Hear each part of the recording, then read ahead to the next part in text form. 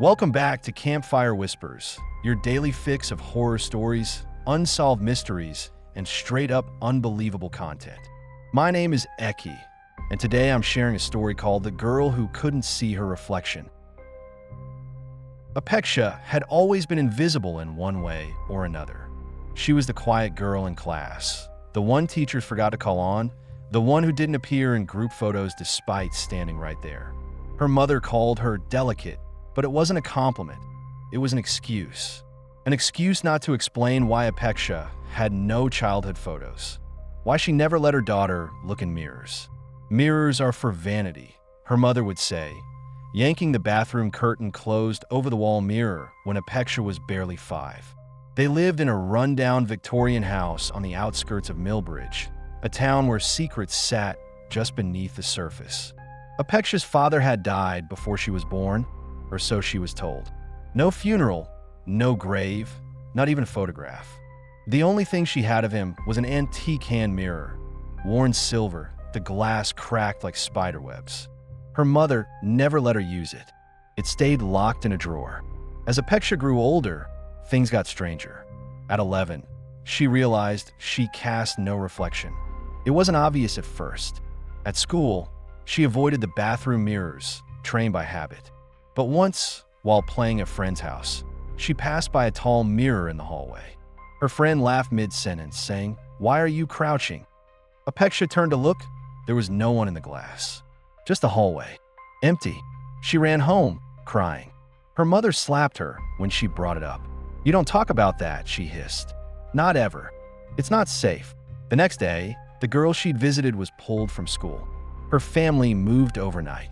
No explanation. That was the first time Apeksha saw it. The shadow, not in mirrors, but just beyond them. When she passed reflective surfaces, she felt it watching. Sometimes she'd catch movement, subtle, unnatural shifts. A flicker of a hand when hers was still. A grin when her face was blank. At 16, she demanded the truth. Her mother sat her down at the kitchen table with shaking hands. The house was dark. Most of the lights didn't work anymore, and a single candle burned between them. "I was told not to keep you," she began, voice brittle. "They warned me, told me it would come back." Apeksha's heart pounded.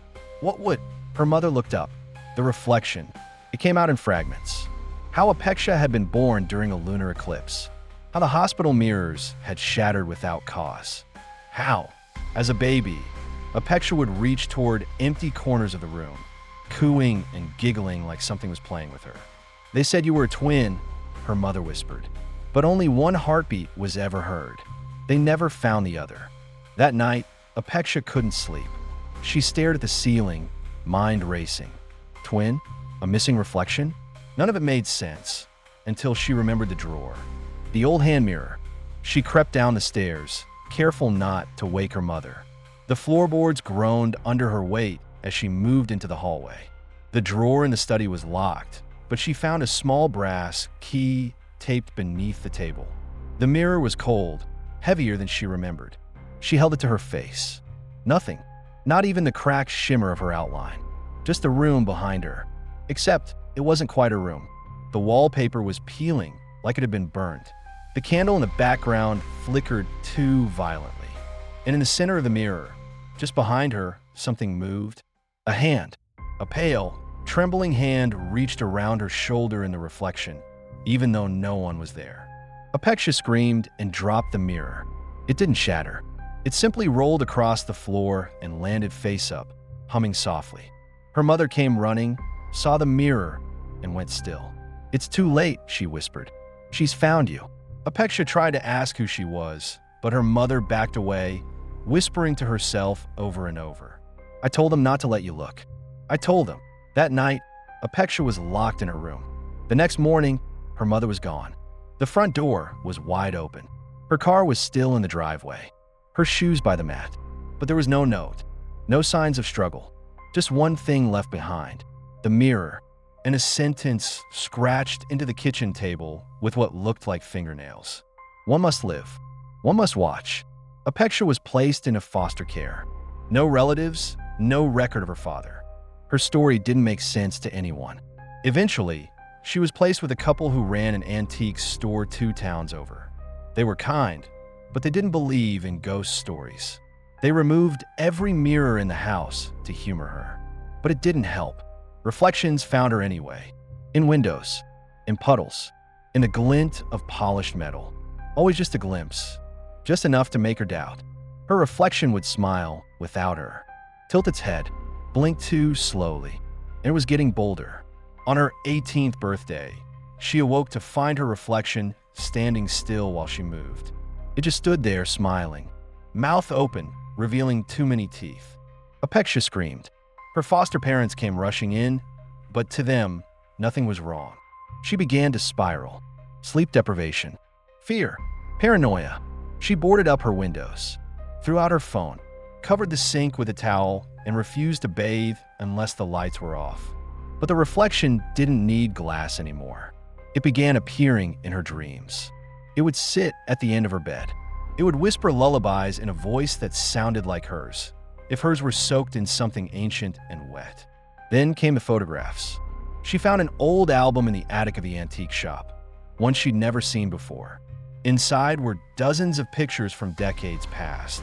Children, families, couples smiling stiffly. And in the background of each, always slightly blurred, was her. Not a version of her. Her. Same face. Same eyes. The same smile that didn't quite reach her cheeks. The oldest photo was dated 1913. Her foster mother found her standing in the attic for hours, clutching a photograph, whispering, "She's been here longer than me." That night, the final break came. Apeksha was alone in her room when every surface in the house began to reflect her image. Light bulbs, metal screws, even the water in her glass. They all showed her reflection, but none of them moved when she did. Then they began to laugh, softly at first, then louder. A chorus of her voice, distorted, layered over itself like a broken record. She screamed and smashed everything she could, cut her hands on glass, pulled the curtains tight, but it didn't stop. Finally, she grabbed the old mirror, the one from her mother's drawer, the one that had started it all. She held it up, and this time, the reflection reached out. It pressed against the glass, then pushed through it like water. Apeksha stumbled back, screaming, as her reflection stepped out. Identical, except its eyes were black, its skin too smooth. It tilted its head and smiled. "I've been so patient," it whispered. "You've had your turn." The lights exploded. When her foster parents returned the next morning, Apeksha was gone. All that remained was the mirror, and inside it she stood, pressed against the glass, hands outstretched, eyes wide with terror. She was still alive in there, but she couldn't scream, and behind her, something grinned. If you enjoyed this story, please leave a like and subscribe to the channel. Join me next time for more unbelievable tales on Campfire Whispers.